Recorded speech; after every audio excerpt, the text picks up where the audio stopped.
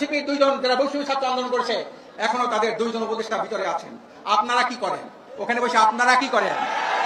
আপনাদের আমলে, আপনারা ক্ষমতায় থাকাকালীন আপনাদের আমলে আওয়ামী ফ্যাসিস্টরা কিভাবে পালিয়ে যায়। আজকে যারা নির্বাচন পাগল হয়ে গেছেন, আপনার 53 বছরের নির্বাচন দেখেছি।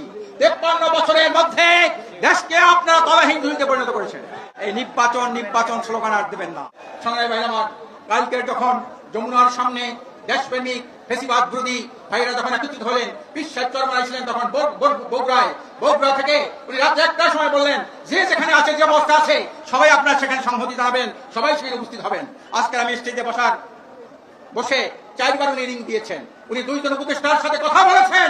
উনি বলেছেন এই যে অভিশপ্ত আওয়ামী লীগকে নিষিদ্ধ করার জন্য ছাত্রদের যে দাবি, তাদের রাজপথে নেমেছে, তাদের উপরে কোন রকমের কোন অত্যাচার, কোন জুলুম করানো হয়, নির্বিঘ্নে তারা যাতে আন্দোলন করতে পারে এবং এই শেখ হাসিনা সহ সকল অভিশপ্ত আওয়ামী লীগকে নিষিদ্ধ করতে পারে তার কার্যকরী ব্যবস্থা আপনারা করবেন।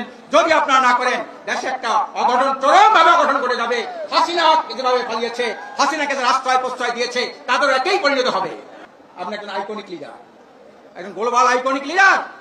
আপনার আমলে এই ফ্যাসিস্ট, স্বৈরাচার, খুনি, মানবতাবাদী অপরাধী 650 জন লোক কিভাবে পালিয়ে গেল? এই হাসিনাকে কিভাবে হেলিকপ্টার করে, বাংলাদেশের হেলিকপ্টারে করে তারা ভারতে পাচার করলো? আপনার কাছে কিন্তু আমরা জানতে চাই। আপনি যত ভালো নেতা হন না কেন, এই দেশের জনগণ কিন্তু সজাগ আছে, আপনাকে কিন্তু ছাড় দেবে না। আপনি উপর যা কিছু ভালো বলেন, ভিতরে ভিতরে আপনি আপনার সত্য ছায়ায় কেমন করে আওয়ামী দুষ্ট ছাত্র দেশ থেকে পালিয়েছে। এনসিপির দুইজন যারা বৈষম্য ছাত্র আন্দোলন করেছে এখনো তাদের দুইজন উপদেষ্টা ভিতরে আছেন। আপনারা কি করেন ওখানে বসে? আপনারা কি করেন?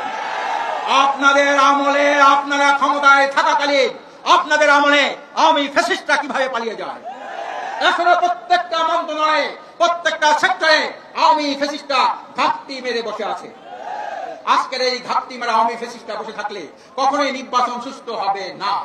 এই জন্য আমরা চাই একটা মৌলিক প্রয়োজনীয় সংস্কার শেষে এবং আওয়ামী ফ্যাসিস্টদের বিচারের পরে এই দেশে একটা সুন্দর সুষ্ঠু নির্বাচন হবে। আজকে যারা নির্বাচন পাগল হয়ে গেছেন, আপনার 53 বছরের নির্বাচন দেখেছি। 53 বছরের মধ্যে দেশকে আপনারা তলাহীন ঝুড়িতে পরিণত করেছেন। 53 বছরে দেশটাকে 5বার দুর্নীতিতে বিশ্ব চ্যাম্পিয়ন বানিয়েছেন। এই নির্বাচন স্লোগান আর দেবেন না। আমরা সংস্কার চাই, আমরা আওয়ামী লীগের বিচার চাই, তারপরে নির্বাচন চাই, স্থানীয় নির্বাচন চাই, তারপরে জাতীয় সংসদ নির্বাচন চাই। সংগ্রামী ভাইরা আমার, আসুন আমরা আওয়ামী লীগ যতদিন এই ষড়যন্ত্র বন্ধ না হবে এবং আওয়ামী লীগের দোসররা বিভিন্ন ঘাটতি মারে বসে আছে। মীর জাফর তো বেশি হওয়া লাগে না, মীর জাফর একজন হলেই তো হয়। আজকের বাংলাদেশে যতই দেশপ্রেমিক চাই না কেন, মীর জাফররা কিন্তু বিভিন্ন জায়গায় ঘাটতি মেরে বসা আছে। আমি ডক্টর ইউনূস সাহেবকে বলবো, আমরা অনেক ভালো লোক, অনেক ভদ্র লোক, অনেক দেশপ্রেমিক লোক, কিন্তু আপনি এই রাজনীতিটা বোঝেন কিনা? আওয়ামী লীগ দুঃশাসন থেকে জাতি মুক্তি পেয়েছে, কিন্তু তাদের ফ্যাসিস্টরা এখনো দেশ থেকে মুক্ত হয় নাই। আজকেও তো আমাদের ঢুকতে দিতে চায় না।